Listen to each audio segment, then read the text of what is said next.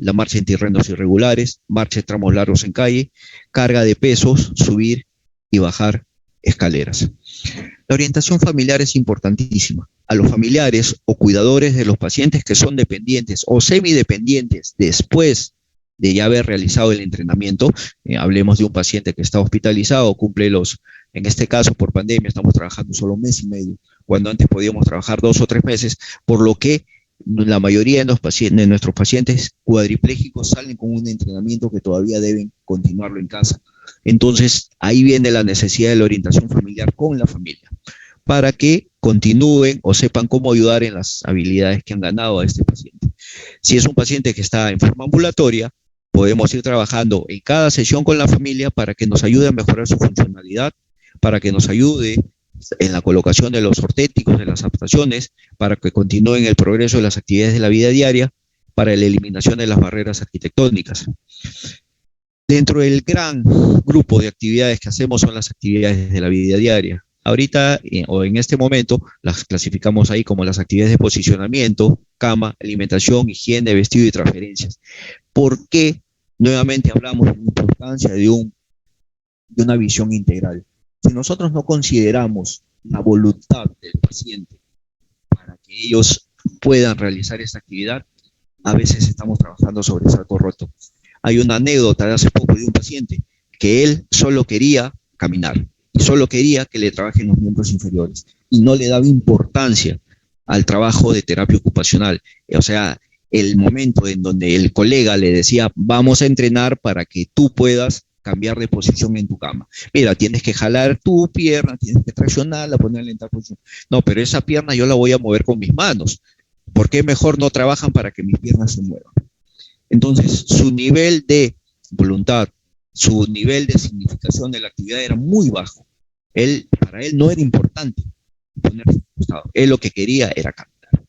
Entonces, nosotros tenemos que comprender eso, ponernos en sus zapatos, hacerlos entender y usar las técnicas, apoyarnos en los otros miembros del equipo. ¿Con quién tendríamos que trabajar ahí principalmente?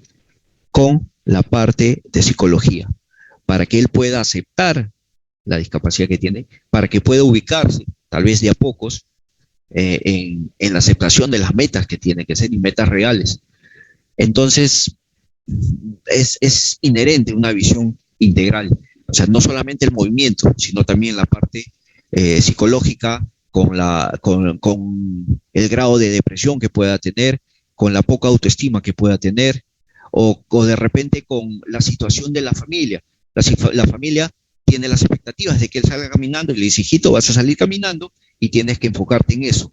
Entonces el paciente no es solo el paciente, es todo lo que viene también atrás de él.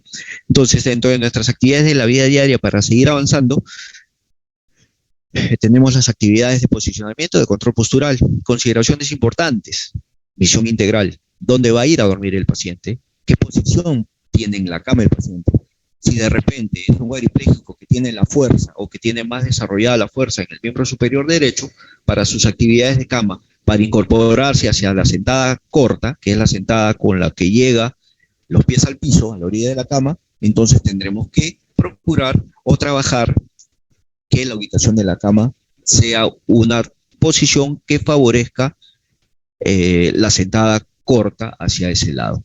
La altura de la cama entra dentro de las consideraciones, las adaptaciones del medio, ¿no? La densidad del colchón, eso es un problema, bueno, lo decimos nosotros como problema, porque nosotros lo sufrimos como terapeutas también. Vamos a una cama dura que tenemos en el servicio de ABD, de actividades de la vida diaria, ¿ya? Un colchón semiortopédico en donde trabajamos a nuestros pacientes y el paciente puede sentarse. El terapista físico dice que el paciente también en sus actividades puede sentarse en la tarima, pero en las camas de hospitalización son unas camas un poco más blandas, porque también el objetivo es que no salgan escaras, pero el paciente ahí sufre para sentarse. Entonces, tenemos que considerar todos esos aspectos y ante eso solamente nos queda trabajar y trabajar con mucha perseverancia. El control postural tenemos que considerarlo en la cama con todos los beneficios que tiene, evitar posturas viciosas, evitar posturas antálgicas, cuidar las zonas de presión, favorecer la función, pero también en la silla de ruedas. No me va a alcanzar el tiempo en esta exposición para hablar todos los detalles que podríamos mencionar de una silla de ruedas. Les aseguro que una exposición de silla de ruedas podríamos tomarnos hasta 4 horas por lo menos. Pero ahorita o en este momento, el control postural en la silla de ruedas para que nosotros podamos observar y que el paciente tenga los beneficios de una postura alineada, de una postura segura. Dentro de las actividades de cama, desde la colocación de almohadas para evitar en las zonas de presión, desde el uso de las cobijas, el paciente sea totalmente independiente, pueda colocarse sus almohadas y pueda taparse, desde las actividades de desplazamiento sobre la cama o las sentadas que pueden tener en la cama. Ahí tenemos dos tipos de sedestación, lo que llamamos las sentadas con los miembros inferiores sobre la cama, que es la sentada larga, o la sentada a la orilla de la cama. Y si queremos darle otro enfoque, la sentada para un paciente cuadripléjico, de repente con alguna adaptación, o para algún paciente parapléjico que no vamos a necesitar por lo general adaptaciones. Toda esta gama, esta variedad de recursos son los que el terapeuta tiene o debe tener para poder hacer un tratamiento integral del paciente con lesión medular. No hay una actividad más satisfactoria que la actividad de autoalimentación. Terminando la actividad de autoalimentación, el paciente obtiene satisfacción en la propia ejecución de la actividad. O sea, les pongo un ejemplo. Podemos decirle a un paciente, mira, necesitamos que te traslades porque si te trasladas te vas a poder ir hacia otro lugar. ¿Sí? Pero en la alimentación no necesitamos decirle más. Solamente con el hecho de comer ya es agradable. Algo mencionaba la expositora en la disertación anterior, el beneficio de poder autoalimentarse. Yo les pregunto a ustedes mentalmente, ¿no? Para que se lo respondan a ustedes mentalmente. ¿Cuántos cuando quieren cargar su desarrollo? Un poco del guiso, o decir las lentejas o las menestras, con un poco de arroz, con un poco de pollo, con un poco de verdura? O sea, cada uno sabe el gusto que tiene, pero las personas que nos dan de comer no lo saben. Entonces tenemos que aceptar tal como sea la voluntad del que le da de comer a la persona. Pero cuando uno ya lo puede manejar, come realmente a su gusto. Para lograr un entrenamiento satisfactorio en las actividades de autoalimentación, previamente tenemos que haber ganado la funcionalidad de los miembros superiores, o sea, haber logrado ese patrón mano-boca, y evaluar el uso de las adaptaciones, sea un adaptador universal, sea un tope para platos, etc. Las actividades de higiene menor, estoy siguiendo un poco la complejidad y pensando que vamos a ir bajando de las actividades que damos para un paciente con lesión alta para terminar en un paciente caminante. Entonces, las actividades de higiene menor, ¿para quiénes están dirigidas? Para los pacientes que tienen compromiso en los miembros superiores, con todo el ingenio que debe tener el terapeuta ocupacional. Como es que puede, ingenio para llevar el proceso e ingenio para adaptar las actividades. Entonces, desde el lavado de las manos, cepillado de dientes, afeitado con o sin adaptaciones. Las actividades del vestido, aquí se ve una miscelánea con las actividades de la colocación y retiro de prendas superiores en un paciente cuadripléjico, las actividades en la segunda foto o la foto intermedia, las actividades del vestido en cama y las actividades del vestido también en la silla de ruedas. Sobre esto, un paciente alguna vez nos dijo, pero yo no necesito aprender a vestirme en la silla de ruedas. Es suficiente con que me viste en la cama y me paso a la silla de ruedas. Entonces nosotros le decimos, y si te vas al club, a la piscina, si tienes un escape en tu trabajo, no tienes una cama y necesitas cambiarte esas prendas inferiores, ¿dónde lo harías? ¿Vas a cargar tu cama en la parte de atrás de la silla? ¿O vas a pedirle al jefe que te habilite una cama en tu trabajo? ¿O vas a pedir al club a donde vayas que tengan una tarima para ti? Entonces es importante que el paciente aprenda a hacer también estas actividades en la silla de ruedas. Que es difícil, lo es, pero no es imposible.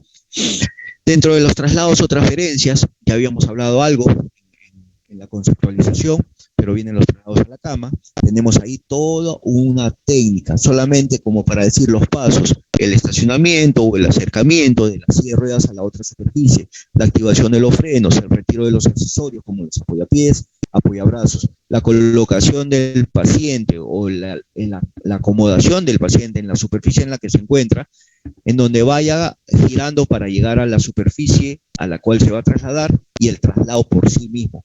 Por definición, traslado significa pasar el cuerpo, la masa corporal, de una superficie a otra.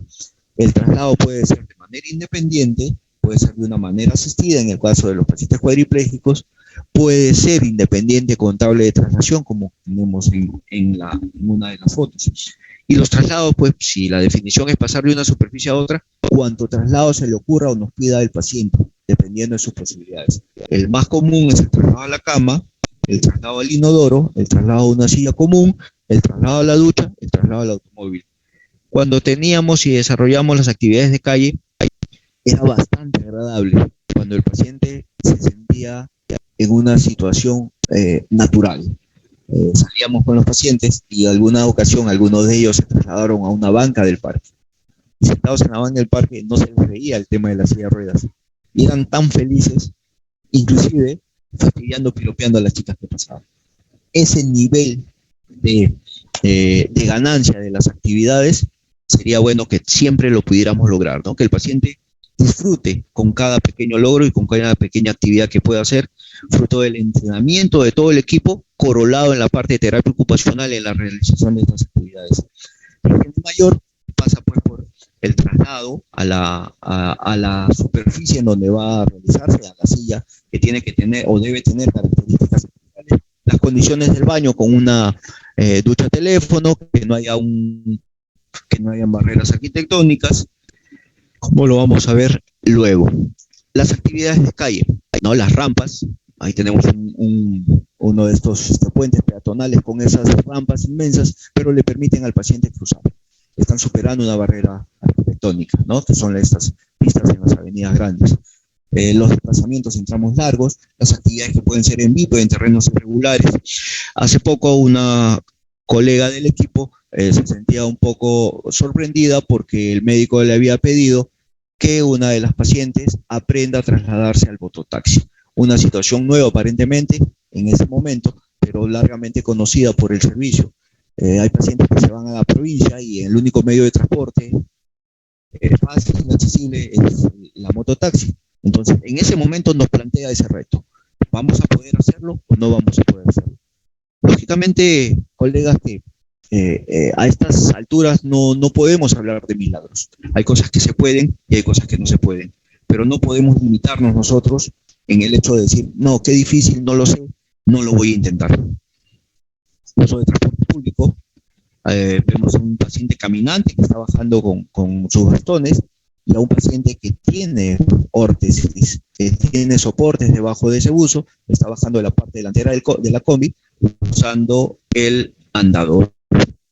Las tareas del hogar, que serían un fin y un medio, un fin, porque logrando las habilidades para hacerlas, el paciente o la paciente vuelve a su casa a realizar su rol ocupacional dentro del hogar. Y es un medio porque a través de las actividades también podemos estar ganando objetivos motores como resistencia a la bipedestación, disociación de cintura, fuerza de miembros superiores, sin olvidarnos de los fines o los objetivos emocionales, psicológicos que logra una actividad como esta. La eliminación de barreras arquitectónicas. Vemos un baño con la clásica muro de contención del agua en la ducha, que impide que la silla pueda llegar. Las condiciones de pobreza, hacinamiento, ¿no? Una pobre infraestructura que podemos hacer en una casita de esteras que está rodeada de un basural, de desniveles, de un terreno pedregoso.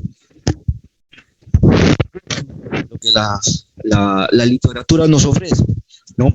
Lo que un paciente pudiente puede hacer con las modificaciones de su casa. Debemos estar preparados para todo esto. Poder enfrentar tanto la realidad de un paciente de situación económica pobre como de un paciente de situación económica acomodada. Podría llegar a este tema y nosotros debemos saber asesorarlos en cómo, a qué altura van las barras, a qué altura va el inodoro, cuáles son los beneficios de una ducha teléfono, un piso que permita la accesibilidad de la silla de ruedas, la eliminación de los desniveles en el piso, qué longitud debe tener una rampa, depende de la altura del desnivel que tengamos que subir. Y si no hay pues cómo acceder a un baño, el baño es pequeño porque es una casa alquilada, porque no tengo los medios económicos, entonces significaría que no pase el inodoro, podemos acceder a una silla inodoro, que se pueden comprar o se puede adaptar. Entonces, ¿cómo la podemos adaptar? Una silla de madera en la que se hace un agujero, se pone un balde debajo. Condiciones o conocimientos que debemos tener de las medidas para la eliminación de las barreras arquitectónicas.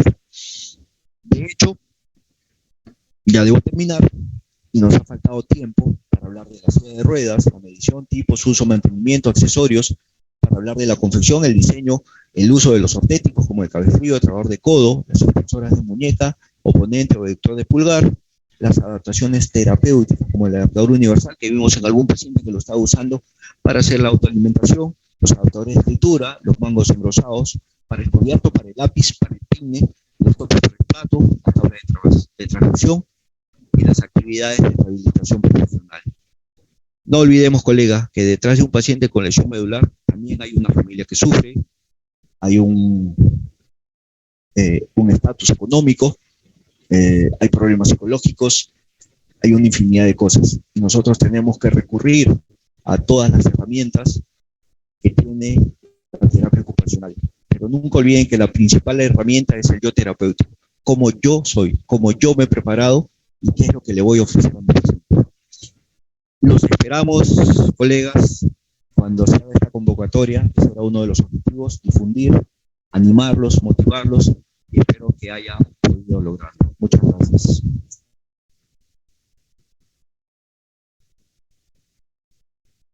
Le damos las gracias al licenciado Jorge Baldassari. Si entre los asistentes tendrían alguna duda, alguna pregunta para realizarle al licenciado.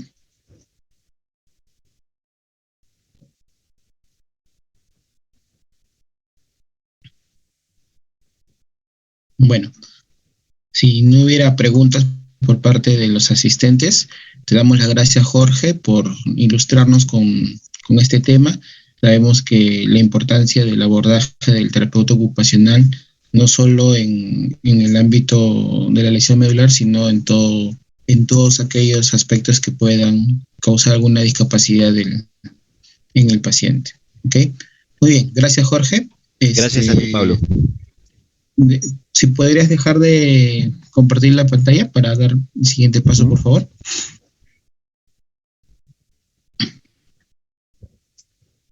Gracias. Buenas noches. Muy bien. A continuación tenemos la participación y le damos la bienvenida a la licenciada María Teresa Arista. Bienvenida, María Teresa. Agradecemos haber aceptado la invitación. Ella nos va a contar el tema de aplicación de evidencia clínica en los trastornos de alcance, presión y manipulación. María Teresa, te dejo con el público.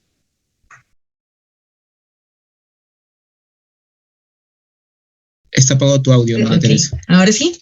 Muy bien, buenas noches, colegas. Gracias por invitarme a participar. Un saludo especial para ti, Jorge Baldassari, que por lo menos a través de este medio puedo verte. Sí.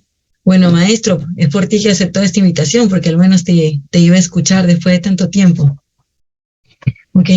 Muchas gracias, colegas. El día de hoy vamos a hablar de un tema que, si bien es cierto, está un poquito extendida la ponencia. Voy a tratar de apurarme un poco para que podamos ver todo. A ver. ¿Y lo están viendo ahí? ¿Sí? Pablo, ¿me confirma si lo están viendo, por favor? María Teresa. ¿Sí? Ok. Muy bien. Muy bien, felicitarlos ante nada y felicitarnos por este trabajo tan arduo que hacemos como terapeutas ocupacionales. El día de hoy voy a hablarles de la aplicación de la neurorehabilitación robótica en los trastornos de alcance, aprehensión y manipulación. Muy bien, para empezar vamos a hablar rápidamente de lo importante que es la función de la extremidad superior en el contexto de la clasificación internacional de enfermedades, ¿ok? Muy bien, ante cualquier estado de salud debemos tener en cuenta que sea un trastorno, una enfermedad, definitivamente las estructuras y las funciones corporales que se ven afectadas, en este caso, hablando estrictamente del miembro superior, y con esto no estoy diciendo que no debamos ver globalmente al paciente, sino que esto va a tener una implicancia directa en todas sus actividades de vida diaria. y por lo tanto se va a ver mermada su participación. Hablando estrictamente de lo que es movilidad, el llevar, el mover objetos, el utilizar objetos en trastorno neuromotor, pues definitivamente siempre va a tener un impacto fuerte. Muy bien, para la evaluación del efecto de la atención sobre la participación se pueden utilizar diferentes escalas dependiendo de la patología del paciente, ¿ok? Entre estos vamos a tener la escala LIFE de la evaluación de los hábitos de vida, el modelo canadiense de desempeño ocupacional, la escala de impacto del ACV, escalas pediátricas, ¿sí? El Children Assessment of Participation and Enjoyment, las preferencias de actividad de los niños, etc. Okay. Muy bien. Para poder hablar de los trastornos de alcance, aprehensión y manipulación, es importante reconocer la importancia del feedback y el feed-forward para este tipo de movimientos. Para ello, tenemos que tener en cuenta que tiene que existir un equilibrio, ¿ok? Y cuando hablamos de equilibrio, queremos decir, por ejemplo, tiene que haber un equilibrio entre lo que es el individuo y sus componentes, o sea, el componente sensorial, motor y cognitivo. Las tareas posturales, ¿esto qué quiere decir? O sea, la estabilidad de la persona, ¿no? Y eso involucra directamente lo que es el tema de salud mental y también qué tan proactivo es la persona para poder realizar o ejecutar las actividades, ¿no?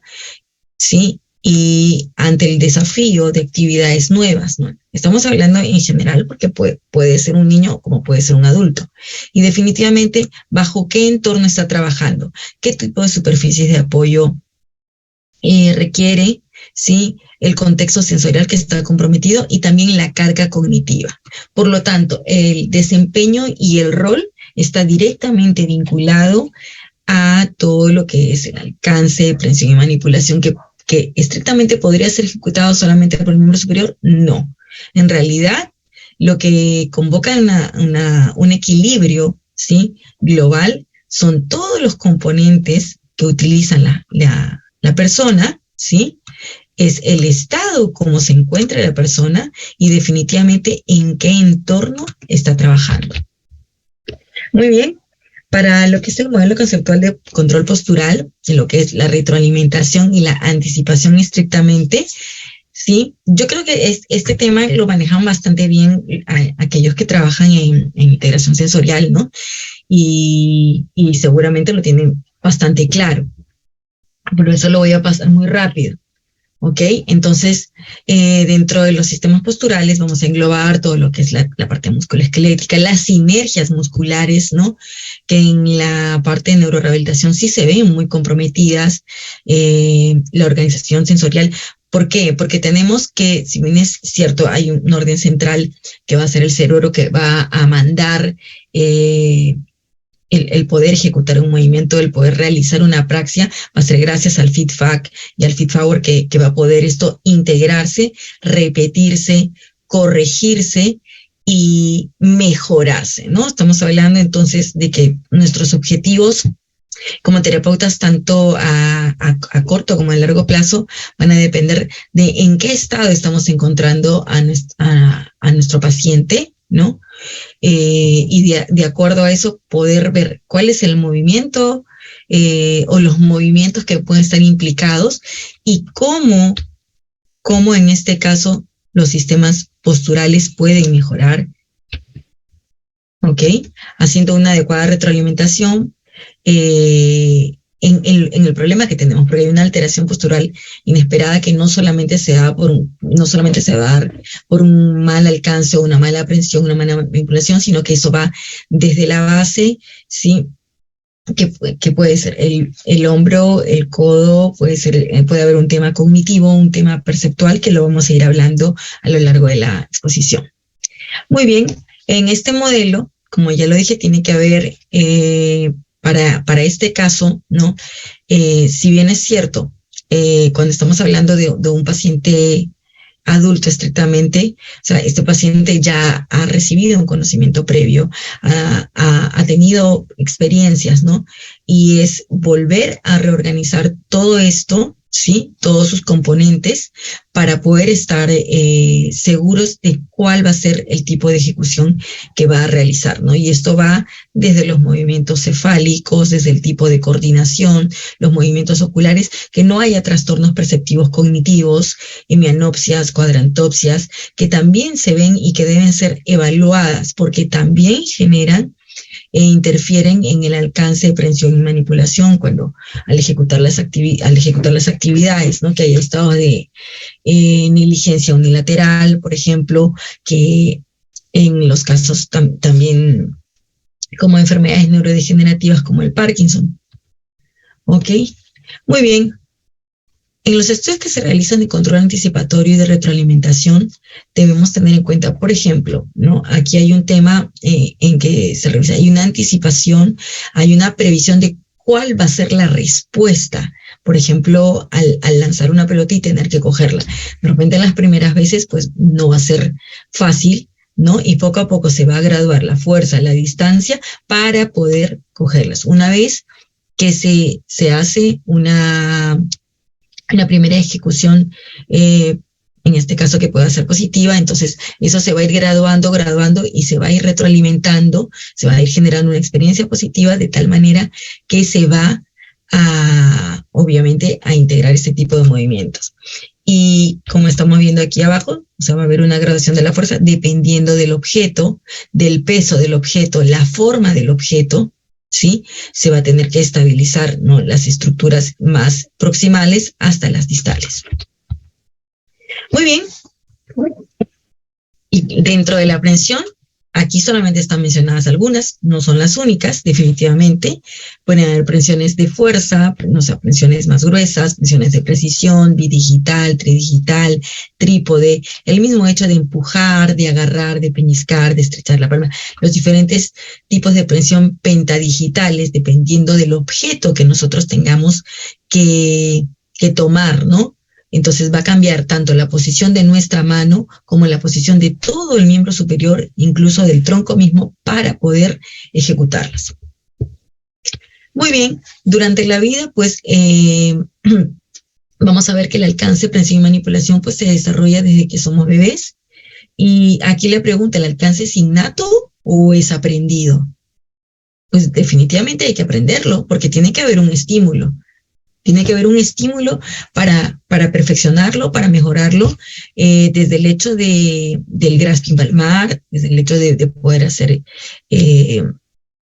localizar un objeto a nivel visual, el desplazamiento de la mirada, el poder seguir un objeto, el desarrollo de las vías visuales, de las vías vestibulares, la coordinación ojo-mano, va a hacer que poco a poco el bebé llegue a realizar movimientos de alcance y de prensión, y que luego, o sea, y además que los diferentes apoyos posturales que vaya realizando conforme va cambiando de supino a prono, a sedente, ¿no? Hasta la posición de 4 puntos y de bípedo, o sea, va a cambiar esos apoyos posturales, van a lograr que tenga un mejor alcance y que haya madurez, ¿no? En cuanto a esto, porque va a haber un control anticipatorio y las fuerzas de prensión adecuadas para los objetos. En el caso, por ejemplo, de los adultos mayores, ¿sí? Que es una población muy vulnerable y sobre todo una población muy vulnerable ahora en este contexto del COVID-19, que si bien es cierto, hemos pasado ya 2 años, estamos teniendo no solamente secuelas, sino vamos a tener mayor cantidad de personas en esta parte de neurorehabilitación como secuelas del COVID-19, ¿no? Vamos a tener gente más vulnerable a desarrollar comorbilidades de tipo, por ejemplo, metabólicas, como la diabetes, la hipertensión, y por tanto tenemos potencialmente pacientes más jóvenes con secuelas de ACV o con secuelas de tipo neurológico también. Ok, entonces en los adultos mayores vamos a tener problemas en el alcance, ¿sí? ¿Por qué? Porque estamos hablando de un deterioro que puede ir a nivel óseo por la artritis, la artrosis, ¿no? Entonces eso va a crear una limitante para poder ejecutar, ¿no? Hay cambios en el movimiento anticipatorio por una limitación, por ejemplo, a nivel proximal o a nivel distal, en el caso, por ejemplo, de la coordinación, el poder utilizar sus manos como antes, ¿no? Entonces, aquí las trayectorias que antes se realizaban con mucha facilidad, por ejemplo, para poder realizar el alcance estrictamente, pues van a variar, ¿no? La aprehensión también se va a ver alterada, ¿no? Si es que esto incluye trastornos, por ejemplo, de tipo reumático, ¿no? Enfermedades reumáticas, que también pueden hacer que varíen la aprehensión de la persona. ¿Ok? El tipo de actividad también que haya ejecutado antes también va a influir directamente en cómo las realice. Por lo tanto, ante todo lo anterior, lo que tiene que haber es una compensación, ¿sí? En algunos casos, y reversibilidad en otros, ¿no? Pues para ello se requiere de un entrenamiento funcional, se requiere también de la adaptación de la persona y adaptación del medio, ¿no?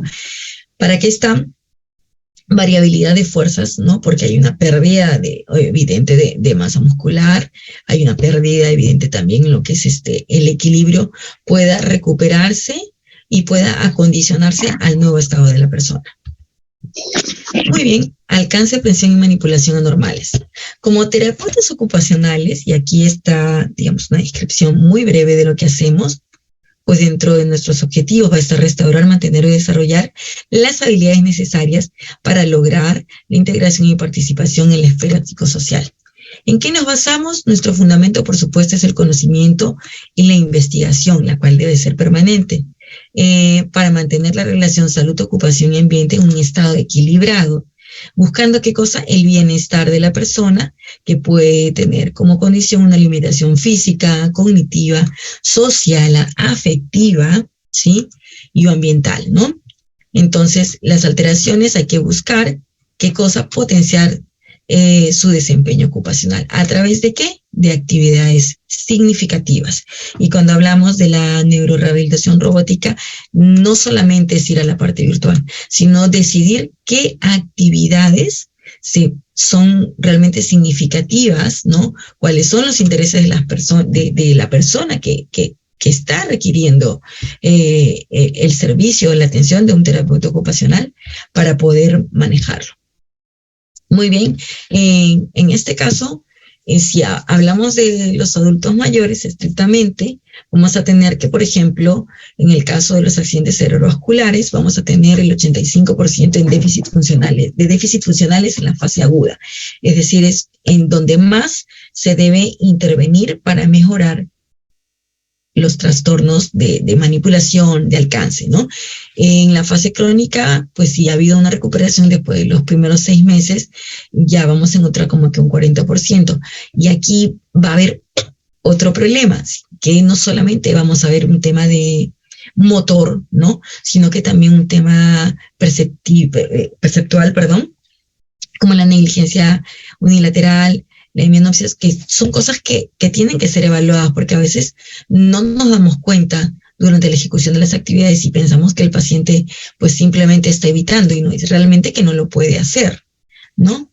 Ok, en pacientes, por ejemplo, que han tenido incluso un trastorno encefalocraniano, también es importante evaluar el tema perceptivo cognitivo para ver qué grado de recuperación realmente se va a tener. Ok, en otros casos también está dentro de los trastornos de alcance, solamente por citar algunos, no son los únicos, el Parkinson, y aquí está la bradicinesia o ralentización de movimientos de precisión en comparación con los movimientos pues, que antes tenía la persona. Los trastornos de tipo cerebeloso, ¿sí?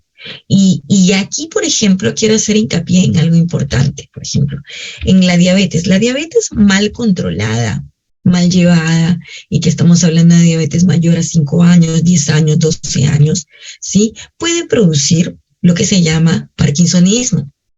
Parkinsonismo, que es el temblor en las manos, que a veces uno pues dice, ¿no? ¿Qué pasó? ¿No? Muy bien, entonces todos estos picos de presión alta, estos picos de glucosa, pueden causar este tipo de trastornos a nivel distal como el parkinsonismo, en donde va a haber definitivamente una dismetría a la hora de ejecutar sus actividades de vida diaria.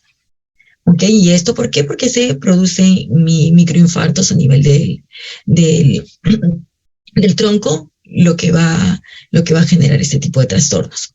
También vamos a contar aquí la parálisis cerebral, en donde, dependiendo de la gravedad de las alteraciones motoras, va a haber una paresia o va a haber una espasticidad y una descoordinación y pérdida sensorial. Las parálisis cerebral distónicas, ¿no?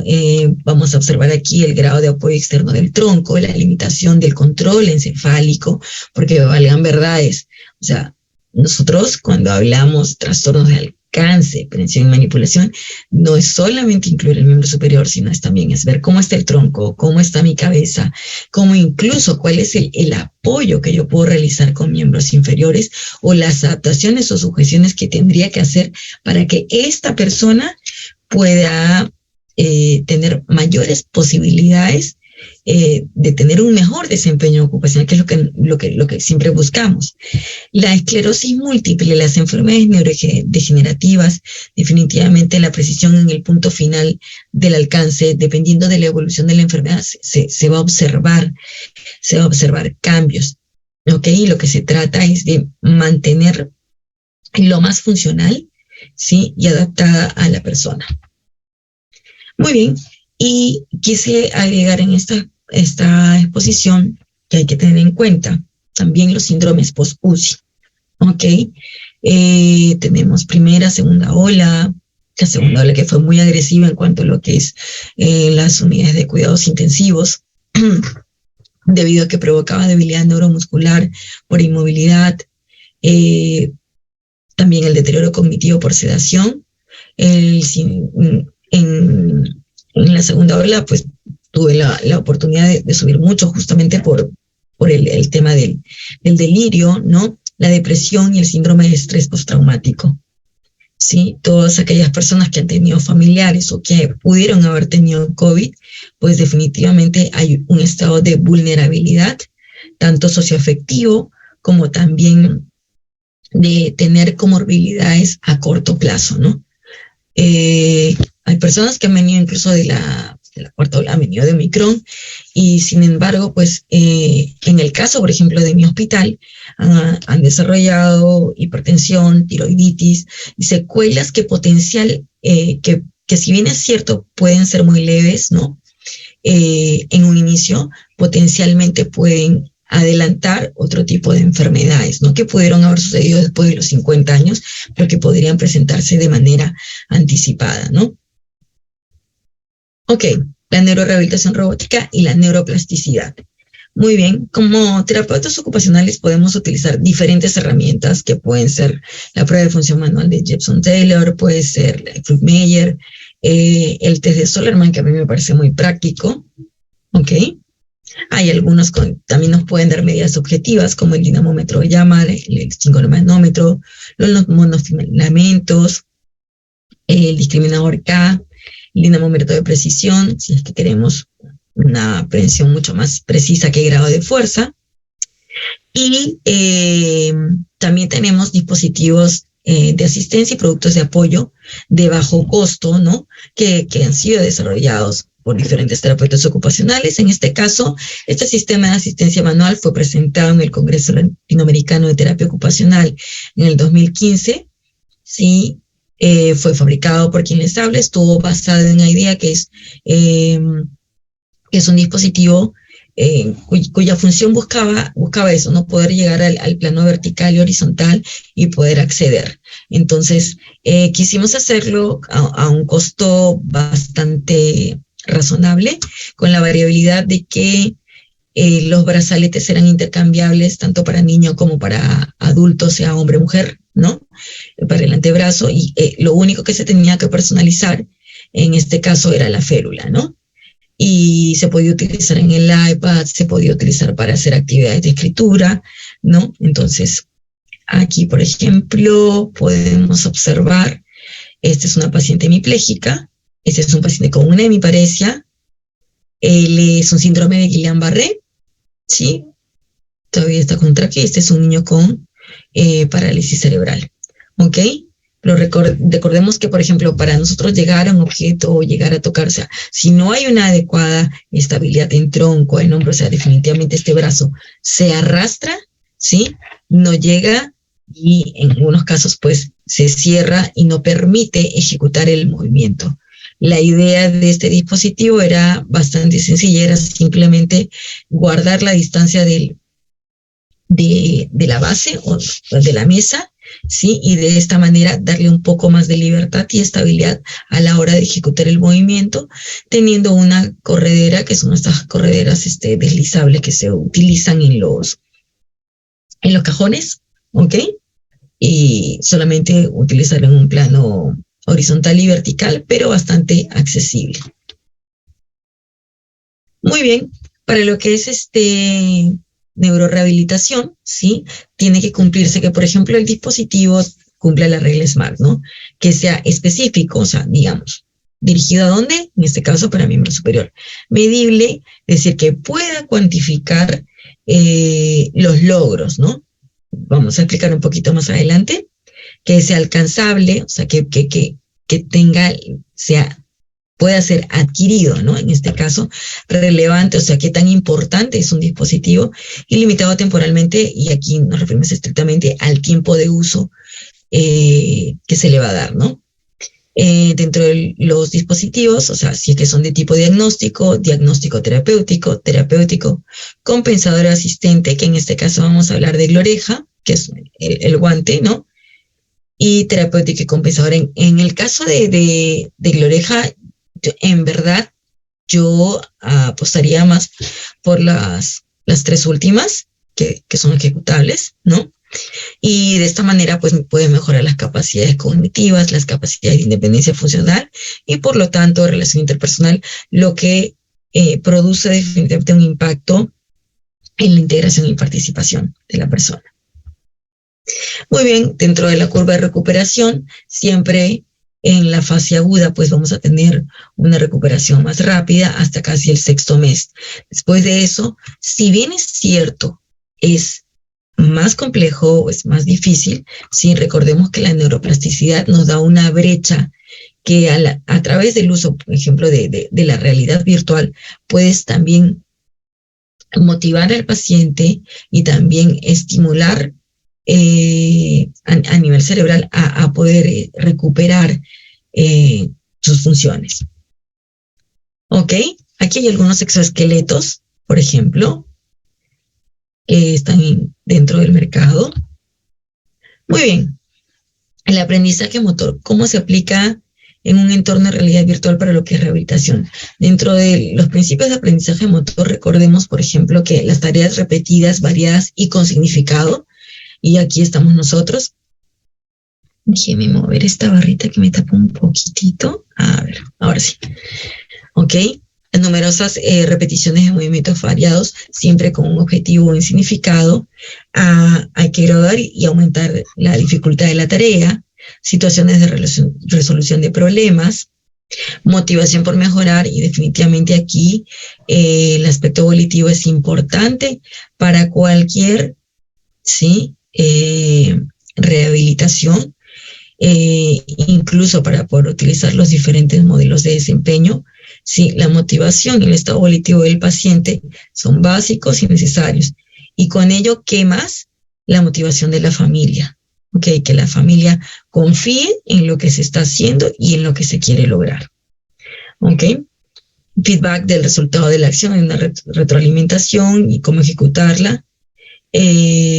También hay que evitar el feedback negativo, es decir, no es simplemente colocar un guante o colocar un dispositivo y dejar que haga todo, ¿sí? La tecnología, por muy buena que sea, nunca va a ser buena si es que la persona que maneja la tecnología no le da el significado y el interés adecuado a la hora de ejecutar, ¿no? Y a la hora de ver los déficits del paciente, ¿sí? Porque no podemos, o sea, dejarnos llevar porque simplemente sea de repente en este caso el dispositivo que haga gran parte del trabajo, sino que se compense, 50-50 y que este porcentaje vaya variando, ¿no? Según se vaya aumentando el nivel de dificultad, siendo que el apoyo del dispositivo sea menor y el apoyo de la persona sea mayor. ¿Ok? Es decir, podemos empezar con movimientos pasivos, pero luego deben ser activos y pasivos a la vez. A ver, muy bien. Principios de plasticidad dependiendo de la experiencia. Es importante usarlo específicamente para ver qué deterioro funcional hay, qué entrenamiento requiere. La naturaleza del entrenamiento dictamina entonces la plasticidad, si se va a ejecutar estrictamente a nivel virtual o se van a ejecutar con objetos reales. ¿Ok?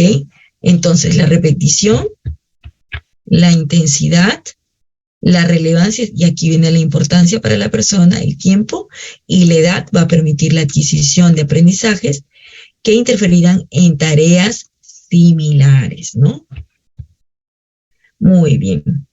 El modelo de rehabilitación basado en la realidad virtual nos incluye que si bien es cierto tenemos un ambiente virtual con factores ambientales, con diferentes características propias del sistema, de la pantalla, las características del usuario, sus factores personales, las funciones corporales y estructuras en el espacio de la red virtual para poder ejecutarlo en el mundo real. Entonces, buscamos tareas sí que puedan desempeñarse en un ambiente virtual, pero que tengan presencia, que tengan significado para que cuando se haga la fase de transferencia, es decir, por ejemplo, yo quiero que esta persona aprenda otra vez a tomar su vaso de agua. Lo puedo hacer en la realidad virtual, puedo utilizar la terapia de espejo avanzada en la realidad virtual para ejecutar un movimiento similar con la otra mano, puedo producir un feedback, un feed-forward, que nos ayude a ejecutarlo. ¿Para qué? Para que en el desempeño ocupacional en el mundo real realmente pueda llegar a ejecutarlo. Es lo que se quiere. Puedo trabajar con objetos virtuales, puedo trabajar apoyándome en el otro miembro, cuando mi objetivo final sea de que en el mundo real pueda darse la oportunidad de que pueda hacerlo. Muy bien, Gloreja. Gloreja es un guante de rehabilitación dotado de sensores, como lo están viendo, ¿sí? ¿Sí? En lo que es los dedos, ¿sí? Este guante flexiona y extiende los dedos, produciendo así una movilización pasiva o activo-asistida. ¿Ok? Produce un movimiento fluido natural generado por estos tendones artificiales. Es un guante ligero, ergonómico y cómodo, ¿no? No vinculan a la mano rígidamente, sino que por el contrario, o sea, permiten su flexibilidad. Se puede acondicionar y ajustar el guante al tamaño de la persona a partir de los 5 años. Y dependiendo del tamaño de la mano, también los terminales pueden ser cambiados. Muy bien. Mientras el guante moviliza los dedos, el paciente puede observar simultáneamente la simulación 3D, la cual puede ser modificada siguiendo la posición real de la mano del paciente. La mano también puede ser modificada para ser una mano masculina o femenina. ¿Ok? La movilización y animación 3D estimula entonces lo que conocemos como plasticidad neuronal. A nivel cortical, el área relacionada con la función motora de la mano, que está representada en comparación con aquellas competentes para las otras áreas del cuerpo, observamos aquí que es bastante grande. Muy bien, el guante entrena también movimientos de pinzas o peñiscos digitales, tridigitales o personalizables, ¿ok? ¿Eso qué quiere decir? Que puede también ser modificado. El movimiento de peñisco puede ser realizado completamente con el guante o iniciado por el guante y completado por el paciente activamente. Y nos permite ver posteriormente a la ejecución del movimiento qué porcentaje del movimiento lo realizó la persona y qué porcentaje lo realizó el guante. ¿Ok? En cualquier caso, o sea, vemos, el objeto puede ser muy pequeño. ¿Ok? Entonces, el objetivo de cada programa de rehabilitación es reeducar al paciente en sus actividades de vida diaria, ¿sí? Se pueden trabajar con objetos reales, ¿sí? Para ejecutar tareas funcionales como alcanzar, agarrar, levantar, sostener y mover objetos. La palma de la mano se deja libre, permitiendo así el contacto, ¿sí? Se puede invitar a interactuar con objetos relacionados, por ejemplo, a su profesión o a las tareas que normalmente realizaba o realiza. La movilización, como ya dije, puede ser pasivo, puede ser activa asistida y activa con el agarre de objetos reales. No solamente estamos hablando que puede entrenarse nuevamente la mano, sino que también puede ser que tanto el hombro como el codo estén mucho más limitados, ¿no?, que la mano misma, y por lo tanto también pueden ser entrenados. ¿Ok? El software permite que haya instrucciones vocales personalizadas para guiar al paciente durante el ejercicio. Puede incluirse música. ¿Ok? Entonces existen 2 soportes dinámicos que compensan el peso parcial y total del brazo. ¿Ok? Al tener 3 ejes, permite un movimiento de 180 grados con total libertad. Asimismo, permite que la distancia del brazo del paciente sobre la mesa pueda ser más amplia o más corta. De esta manera, pues, el paciente es libre de mover el brazo sin gravedad. Los soportes están equipados con juntas o articulaciones que facilitan los movimientos activos, como ya mencioné, en varias direcciones, con 12 niveles de compensación, lo cual permite que este dispositivo sea utilizado por niños, ¿sí?, y también por mujeres o hombres de diferente estatura. Muy bien, el entrenamiento global del miembro superior, entonces, para toda la extremidad superior, incluidos los dedos, y como ya mencioné, para mejorar el alcance, agarre y exploración espacial. Y lo que les mencionaba, la terapia de espejo avanzada se puede utilizar con 2 guantes y de esta manera, ¿sí?, crear el mismo efecto que está en la mano sana sobre, ¿sí?, la mano que tiene la secuela. Hay un guante sensorizado en la mano sana que va a moverlo activamente, y el guante robótico genera un movimiento similar en la otra mano, sea con objetos reales o con objetos a nivel virtual. ¿Ok? Se pueden programar dedos en secuencia, puño, onda, conteo de dedos, secuencias aleatorias o nuevas secuencias. Para cada ejercicio se puede asociar una canción. Pues se permiten cambiar los parámetros de tratamiento, como son rango de movimiento, velocidad, pausa, fondos, mensajes o vistas previas, de acuerdo a las necesidades del paciente. ¿Ok? Se incluyen los principios de la terapia de observación-acción, es decir, primero puede ver cómo se ejecuta el movimiento que va a realizar para activar las neuronas espejo, y luego el guante soporta el movimiento de la tarea específicamente, ya sea de forma pasiva o de forma activo-asistida. Hay videos personalizados, ¿sí?, que van a ayudar a organizar lo que es la corteza motora primaria, ¿sí?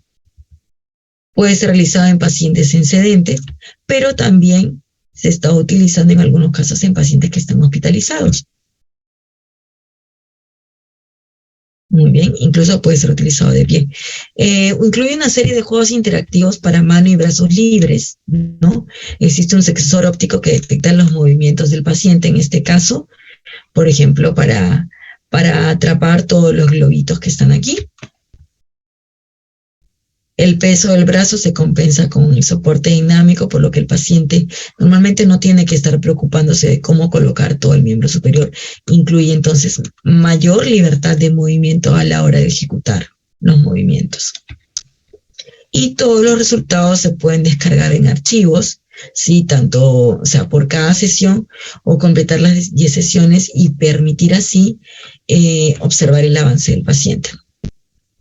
Hay ejercicios para lo que son habilidades cognitivas, ¿sí? La combinación de tareas motoras y cognitivas también entrena la atención dividida en diferentes niveles, y el nivel de dificultad se adapta según las capacidades del paciente. Puede entrenarse con la compensación total o parcial del brazo, ¿sí? La mayoría de los ejercicios que están dados aquí, pues están basados en tratamientos neuropsicológicos, ¿sí? y la idea es que el paciente se divierta, ¿sí? A través de la realidad virtual y pueda también entrenarse. Muy bien. Pero tiene que ser siempre guiado por el terapeuta, quien va a determinar el tipo de enfoque que va a darle al tratamiento. ¿Ok? Por ejemplo, aquí podemos revisar los índices de rendimiento, ¿sí? El paciente, en cuánto está valorado el movimiento o la asistencia que se le está dando, y ver el progreso del paciente, cuánto ha mejorado. ¿Ok? Y las etapas de tratamiento pueden ser diferentes, estadio agudo, subagudo o crónico, ¿no? Y los parámetros, sí, los de la terapia los tiene que actualizar siempre el terapeuta. Muy bien, indicaciones clínicas de gloreja, en el caso, por ejemplo, de lesiones del sistema nervioso central, parecias o plejías, lesiones también del sistema nervioso periférico, ¿no? Pueden haber parálisis braquial, puede haber un síndrome de Guillain-Barré, un síndrome post-UCI, enfermedades neurodegenerativas, lesiones espinales, ¿no? Lesiones medulares, tratamientos post-toxina botulínica, parálisis cerebral infantil y otras enfermedades pediátricas con una edad mínima de 5 años, síndrome de negligencia unilateral y otros déficits visoespaciales, en enfermedad de Parkinson, patologías musculoesqueléticas o patologías neurocognitivas. En periodos postoperatorios y tratamientos postenfermedades agudas, en el caso de fractura, rigidez,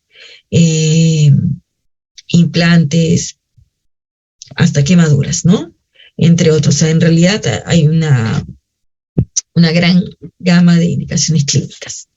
Aquí sí es importante recordar que según la escala modificada de Ashworth, ¿no? Para lo que es hemiplegia, se puede entrenar hasta un Ashworth, pero un nivel 3. O sea, en realidad una discapacidad severa, pues es muy difícil trabajarlo con el guante porque ya hay un tema de cronicidad, ya puede haber también un tema de rigidez mayor que es muy difícil de trabajar.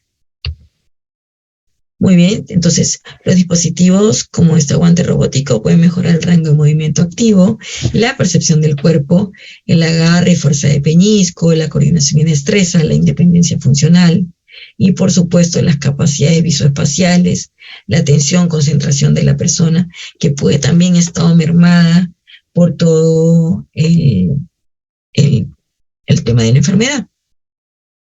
Los dispositivos de neurorehabilitación ayudan a disminuir el dolor, el edema, la hipertonía, las adherencias o contracturas, en el caso, por ejemplo, de lesiones de tipo traumatológica, los daños debido a la inmovilización, que son frecuentes. Muchas veces el paciente al que se le entrega una órtesis, pues prefiere utilizarla demasiado tiempo, y también cuando no hay pauteo adecuado en el uso de órtesis o dispositivos de asistencia para el paciente, pues puede, en lugar de ayudar, también producir mayor rigidez, ¿ok? Y disminuir la percepción de pesadez y rigidez.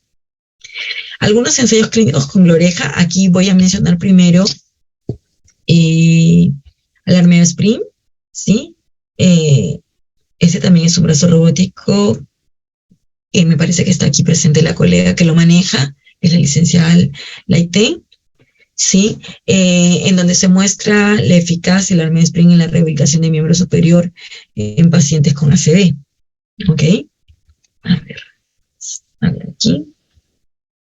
Entonces, en el caso de gloreja también tiene estudios, ¿no? De cuáles son los efectos de la terapia robótica asistida en el entrenamiento de pacientes con negligencia unilateral, ¿no?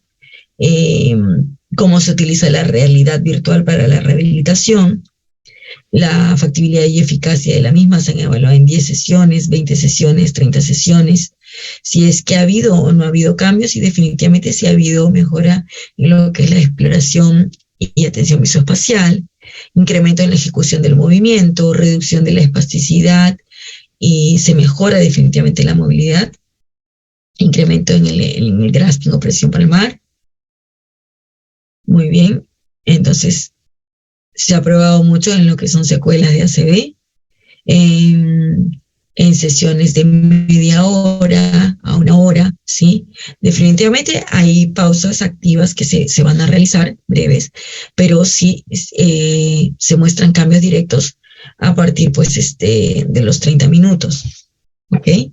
Y lo más importante también que se observan cambios en lo que es la perfusión vascular, perdón, ¿no? Hay un mejoramiento del flujo sanguíneo, lo cual permite que el movimiento se ejecute y por lo tanto a través del feed forward y el feedback que se produce por la rehabilitación virtual, entonces los resultados se mantienen. Muy bien. Por ejemplo, aquí podemos observar esta mano el primer día utilizando el dispositivo, ¿ok? Y después el día 15. ¿Ok? Esta es una mano hemipléjica y esta es una mano con hemiparesia. Entonces, se observan los cambios desde la postura, ¿no? Inicial como la postura final después del entrenamiento. Entonces, observamos un movimiento secuencial bien calibrado de cada dedo mientras el paciente observa la acción en una modalidad sincrónica. Como ya dije, hay cambios en el flujo sanguíneo, hay una disminución de la espasticidad, de la pesadez, de la rigidez, porque muchas veces podemos tener un paciente que viene con una hemiparesia, pero cuya pesadez y rigidez muchas veces no los deja ejecutar de una manera más limpia el gesto, el movimiento que antes realizaba. ¿Ok? Entonces, la ventaja de disminuir el edema y de disminuir la rigidez es que va a ayudar a que la mano presente menos dolor, menos molestia y sobre todo prevenir lo que es la atrofia por desuso, ¿no? Porque hay mucha compensación, ya sea también por la parte perceptual en la que el paciente prefiere compensar, sobre todo cuando son hemiparesias izquierdas y los pacientes son diestros, pues dejan mucho más de lado la mano izquierda, entonces olvidan mucho el tema de la integración bilateral simétrica y asimétrica en la ejecución de actividades, que es tan importante. Muy bien, y para terminar, y esto es muy rapidito, ¿no? Aún seguimos manejando los cuidados en el caso de la pandemia del COVID-19. En el caso del Hospital de Mayo se siguen igual las recomendaciones para la rehabilitación ambulatoria, para evitar los riesgos en cuanto a lo que es accesibilidad y prevención. Ok, recordemos, si nuestro paciente viene en sillas de ruedas, pues son más vulnerables, ¿no? Por lo tanto, es necesario el uso de mascarillas, ¿sí? La limpieza de las superficies a la hora de utilizar un guante robótico. Todas las medidas de higiene tienen que ser necesarias. Los espacios de circulación y ventilación, los materiales utilizados que sean fáciles de lavar, fáciles de utilizar. ¿Ok? Importante saber cómo llega el paciente, en qué estado, cómo lo estamos evaluando nosotros, con qué escalas, ¿no? O sea, si bien es cierto, utilizamos nuestros propios enfoques como terapeutas ocupacionales dependiendo de la patología que vayamos a tener, sí, existe también la condición general del paciente que siempre debe ser tomada en cuenta durante cada sesión. ¿Ok? Entonces, es importante saber si ya con ayudas biomecánicas, en silla de ruedas, si ya con bastón, andador, si el paciente puede pasar o no utilizar silla, si está, y tiene definitivamente que lavarse las manos y utilizar como todos, ¿no? Las medidas de higiene necesarias, ¿ok? Sí, el distanciamiento social, la prevención, las uñas, definitivamente para este tipo de dispositivos es importante la higiene y que el paciente no tenga micosis, porque si no, pues definitivamente se va a arruinar el dispositivo, ¿ok? Muy bien, el elevado número de repeticiones del miembro superior y la práctica del movimiento supone un efecto positivo en cuanto a la motivación de pacientes, sumado también a la aplicación de recompensas o feedback. La terapia robótica resulta entonces interesante y motivadora para el paciente porque implica una mayor colaboración y esfuerzo por su parte. ¿Ok? Muy bien, muchísimas gracias por su tiempo y sobre todo por la oportunidad de poder presentar este tema. Muchas gracias, María Teresa. Ya está. Vamos a realizar las preguntas por el auditorio. Han realizado 2 preguntas. La primera, comenta el colega, si usted ha tenido alguna experiencia de neurorehabilitación robótica en lesiones medulares altas. Personalmente yo no he tenido pacientes con lesiones medulares altas con los que haya trabajado. Sí, sé que hay experiencias para México y Costa Rica, sí, que han sido bastante favorables, pero mentiría si dijera que yo he trabajado con lesiones medulares altas, por lo menos no con este dispositivo. Personalmente sí, pero no con este. Y veo que tan recomendables para pacientes pediátricos. Bueno, la recomendación es a partir sí de los 5 años, pero yo creo que en todo caso, si estamos hablando estrictamente de parálisis cerebral, hay que ser cuidadosos en que si estas son distónicas, no, los resultados que se van a tener no van a ser los mismos. Ahora, hacer los ajustes no toma mucho tiempo porque los guantes vienen en diferentes medidas y por lo tanto son bastante adaptables, son bastante fáciles de colocar y de retirar, ¿no? Y la textura en general de la que están hechos, al ser bastante suaves y confortables, no te causa tensión ni demasiada rigidez, sino al contrario, también son ligeros, que eso es importante valorar el peso del dispositivo a la hora de utilizarlo. Ok, muchas gracias. Si no hubiera alguna pregunta por parte del auditorio. ¿Perdón? No, les preguntaba al auditorio si tenían alguna otra pregunta. Bien, agradecemos a la licenciada María Teresa Arista, una excelente exposición. Bueno, acá tengo otra pregunta. Dice, ¿cuánto tiempo dura una sesión? El tiempo mínimo que debe durar es de 30 minutos.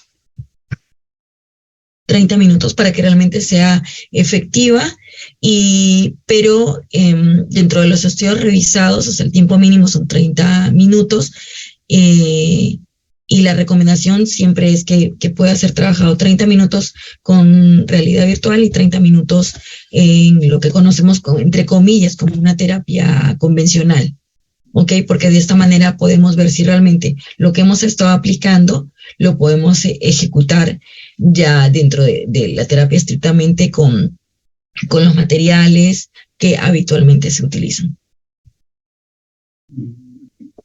Tenemos una pregunta más. Dice, para que un paciente pueda acceder al uso de este dispositivo en particular, ¿solo se da en el Hospital 2 de Mayo o puede acceder de otra manera? No, en realidad el dispositivo de la oreja lo tiene la empresa BTL. Entonces, ellos son los que pueden darle a entidades privadas o estatales, no el dispositivo, que en general no es un dispositivo tan costoso como otros que están en el mercado, ¿no? Y aparte es bastante funcional, es bastante práctico desde mi punto de vista el poder utilizarlo y sobre todo la amplitud que tiene para las indicaciones clínicas es que no solamente te quedas con una sola patología o con un grupo de patologías, sino que depende mucho de los intereses que tú tengas para ganar con el paciente para ejecutarlo, ¿no? Gracias. Bueno, agradecemos otra vez la participación de la licenciada y de todos los ponentes el día de hoy. En estos momentos voy a dar pase ya para el término de la sesión al licenciado Miguel Espinosa. Ok, muchísimas gracias. Buenas noches. Buenas noches con todos. Les voy a pedir, por favor, antes de dar unas palabras de agradecimiento, si pueden, por favor, prender todas sus cámaras para tomar las fotos. María Teresa, creo que sigues compartiendo.